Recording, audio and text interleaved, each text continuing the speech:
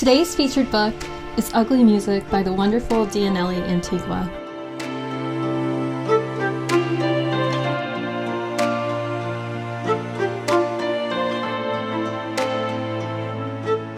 Diannely is one of my favorite poets to hear read in person. She was one of the featured poets in Open Mouth's 3rd annual Poetry Festival in 2019. I think that was the first time I've ever teared up at a reading. And then I heard her read again last month at AWP at the Arkansas International and Massachusetts Review offsite party. And that was also really great.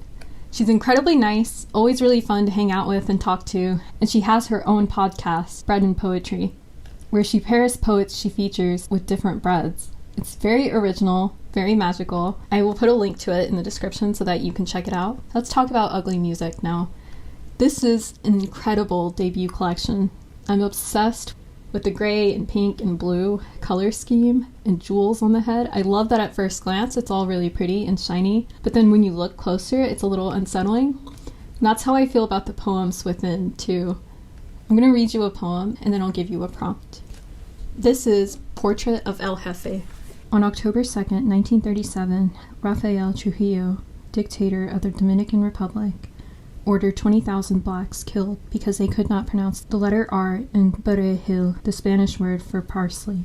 On May 30th, 1961, Trujillo was shot and killed when his car was ambushed on a road outside Santo Domingo. You were supposed to be only a photograph on a wall. You were supposed to stay in the frame until someone called your name, El Jefe, until someone wrote the date in La Era de Trujillo, summoned you from a textbook or grave, chiseled out the bullets in your chest. You are not art. You reigned for 31 years, your face in every living room, a law to keep you watching always. To say history is to name the flavor of rest, the sound of perejil on a Haitian tongue, the border between teeth and tip. I wasn't born. I was somewhere in my mother, her 7-year-old body, my egg face hidden in the inner folds of skin.